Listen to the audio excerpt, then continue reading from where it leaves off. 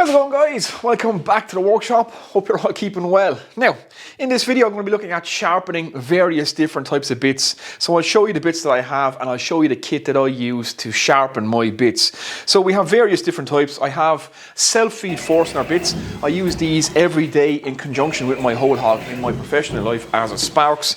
I have different types of Forstner bits then that I use as in my hobby life as a woodworker in what you guys see me doing in my workshop. And we also have some Auger bits as well. So I'll show you how I sharpen these and what I use to sharpen them. So without further ado, let's get sharpening. Okay, let's quickly look at what I'm going to be using to do this sharpening. So I have a kit here from Trend. It's the complete sharpening kit. Now, I'm not being paid, I'm not being sponsored. This is just what I use. So you guys will ask me in the comments. I bought this from the carpentry store in Ireland. If you guys are looking to get it and you're in Ireland, that's where I bought it. Otherwise, you'll find it online anywhere. Now, this particular kit, it comes with the credit card style diamond plate. It has a 600 grit and a 300 grit side. You also get a diamond foil with it. It's kind of like a needle nose diamond foil. It has a round side and a flat side. You also get some lapping or honing fluid as well. Now, also have some diamond needle foils. They're also from Trend. Got them from the same place again, from the carpentry store in Ireland. Different styles. So you have round ones. Again, you have a flat side, round side. You have a perfectly flat one. Again, handy for doing all different types of bits. They're a handy little kit to have. You can do lots of different sharpening tasks if you're into woodworking with them. And then I'm going to use some of the Trend tool cleaner just to clean off the bits, just to get the sap and stuff off, because that's your number one enemy. Anything that causes friction causes heat, and that destroys the bits.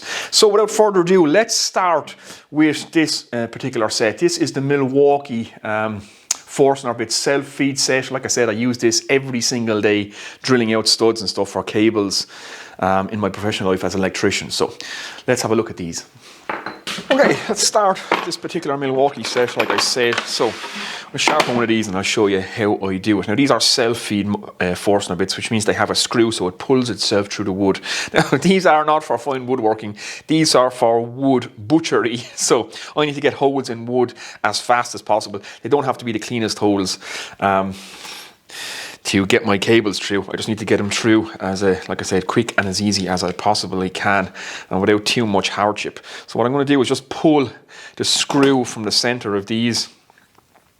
That just helps pull it into the wood. We're going to give it a clean off. So I'm just going to give it a quick spray with the tool cleaner, give it a quick brush, give it a clean off, and then we can begin sharpening this. Okay, guys, we're going to start with the little diamond plate. It's the credit card one, like I said, the 600 and 300 grit. Now, for these bits, I'm only going to be using the 300 grit side.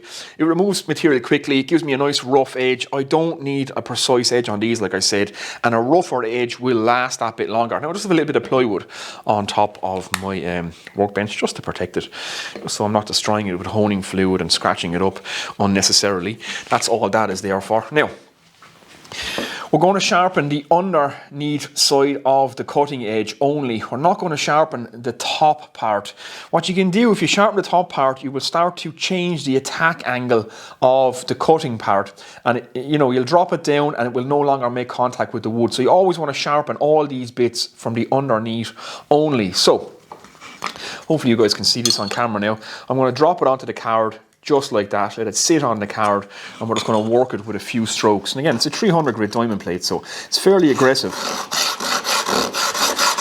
So just a few strokes back and forward, just to re-hone that edge. And the more often you do this, the less work you have to put into it. So if you just give them a touch up every now and again, you will save yourself a lot of work indeed. Like I said, it doesn't take much, just a few strokes, and that's looking pretty good there now. So we are almost there. That should be happy days indeed. Okay, so we've sharpened the cutting edge. Now I need to sharpen these teeth. Now, I'll give you a quick look at a bit that I don't use all that often, just to highlight how this works. So you can see these teeth. These teeth are still have the original factory edge on them. So you can see they're just beveled over there. I'm trying to do this while I'm looking through the camera at the same time. So we're just going to match that bevel and just re-sharpen them. That's all we're going to do, just like that. So on this particular bit, hopefully the camera is focusing there. I'm just going to work that. Now, I'm trying to look through the camera and do this at the same time, so, but you guys get the idea. I'm using the diamond foil.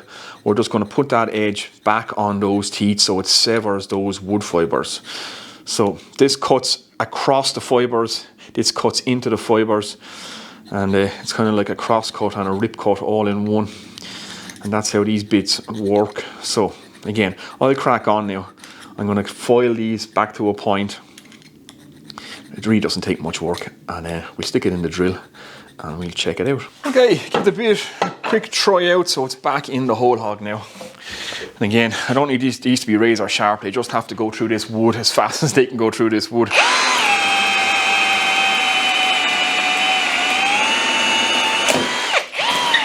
That's not too bad, it's a lot better than what it was.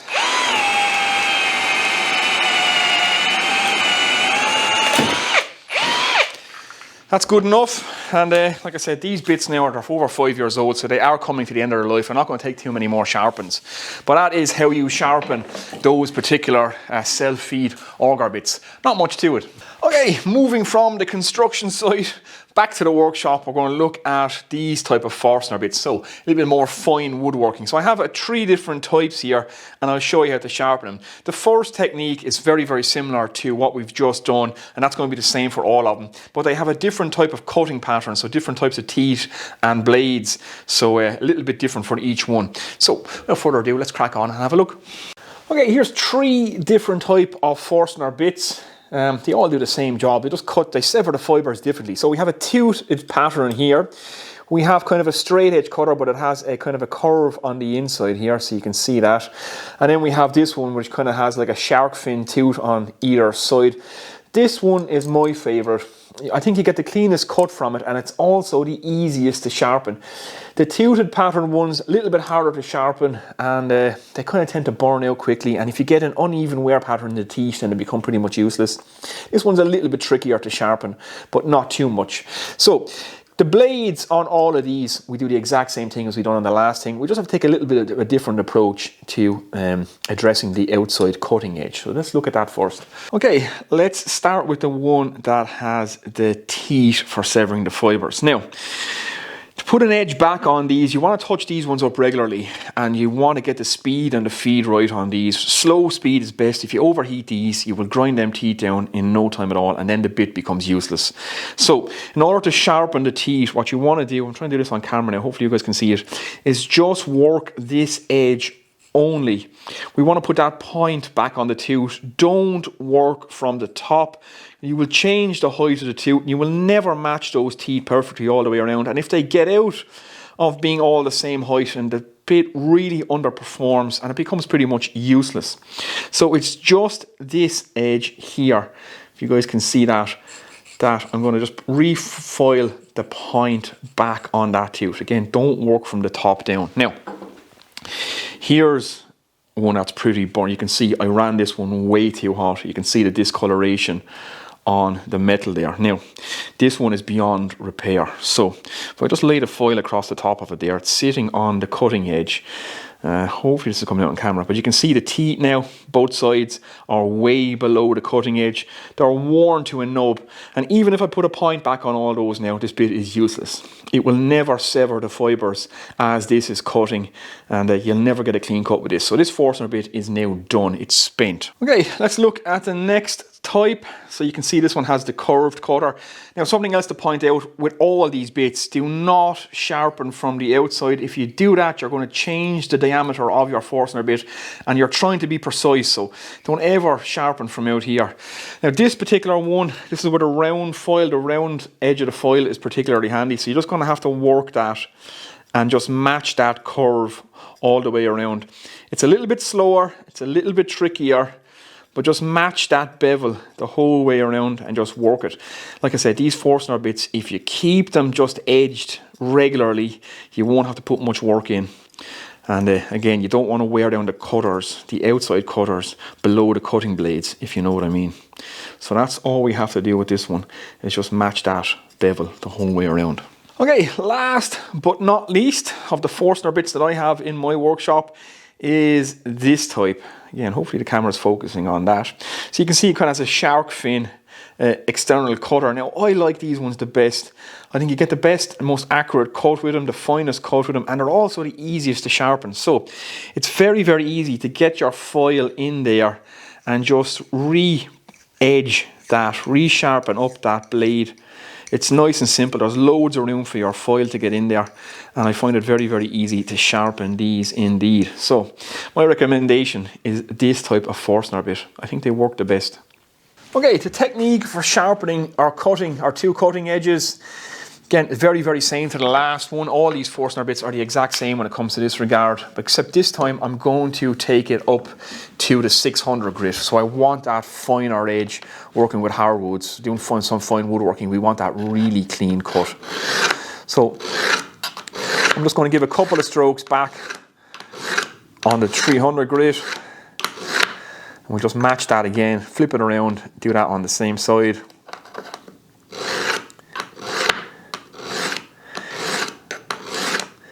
And then we flip it around to the 600 grit.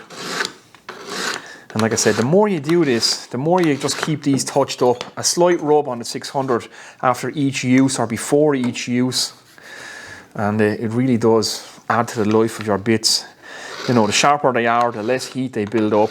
Get your speed and your feed right, and your Forstner bits will last you so much longer. Now eventually they will wear out. I mean, you can only resharpen stuff so many times because you're removing metal each time. But yeah, keep on top of it. They're not cheap Forstner bits, and you will get a lot longer out of them. And like I said, sharpening, like everything, is just a skill that you develop.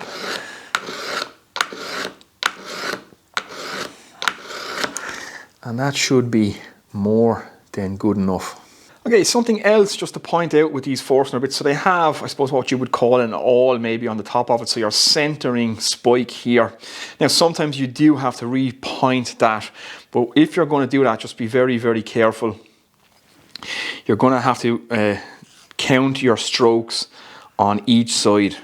But what you don't want to do is to move that point off center. So when you're sharpening that, like I said, just count your strokes on all four sides and make sure you're keeping it nice and even so you don't shift your center point.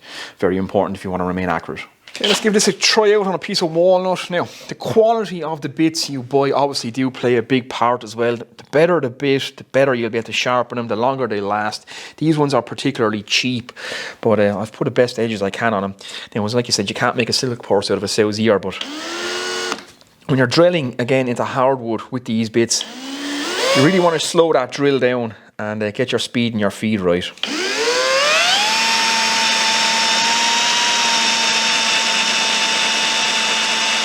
So we don't want to go too fast.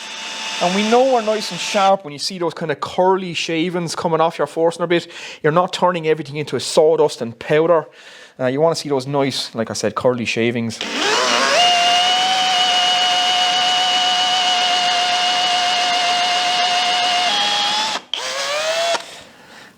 I'll just take the bit in and out. I should have probably just cleaned that hole a little bit earlier than I did.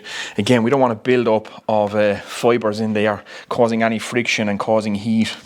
So that bit is still really nice and cool, so we're not doing too bad.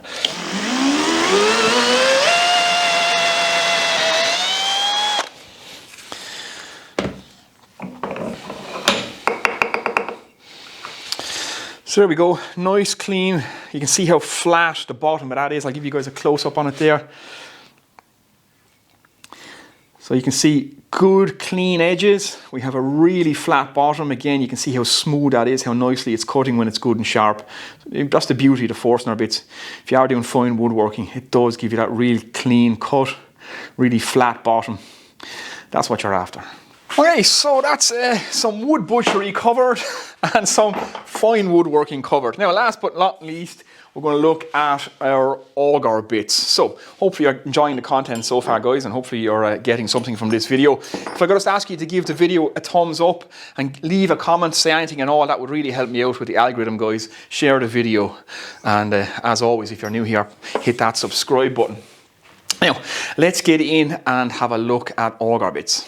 Okay, auger bits. Auger bits are pretty simple. We've only got this outside edge here to sharpen, and we have the cutting edge to sharpen. So just 2 points of contact is all we have to make. Now you can use the card. I always find it a little bit awkward because you can see how small the cutting edge is compared to the Forstner bits. It doesn't match the angle all the way down on the auger bit. So if you sit the auger bit on this part here, it won't match your cutting angle. So that has a slightly beveled cutting edge. So I find the best thing to do is to just use your foil. So I'm just looking at my edge here. I'm just going to sit it on my piece of plywood. I'm just going to work the edge back. And again, this is just, every time you use it, just before you use it, just dress that edge. Your auger bits will last you so much longer if you just do this. And again, always from underneath, never from the top, because like I said, you will, if you're not careful, you can't always get that foil in at the right angle, and you'll start dressing that attack angle away from the wood. So always just sharpen from underneath. A few strokes, just like that with the diamond foil, and like there's really not much to this. Again, don't sharpen the outside, you will change the diameter. So again, I'm just going to touch up this edge, just get it out to a point. Stop, just get rid of any parts that have rolled over, just so it will sever across those wood fibres. And that's really all you have to do with your auger bit. Again, it depends on the state of repair that they're in. If you've left them get really bad, well, obviously you'll be here for half an hour. But if you keep on top of it, a few strokes, and you're good to go. Okay, let's give our auger bit a quick spin. We'll cut the walnuts just to make it difficult and see how well we've sharpened it.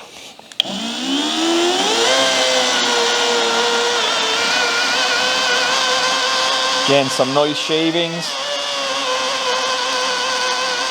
Nice and slow.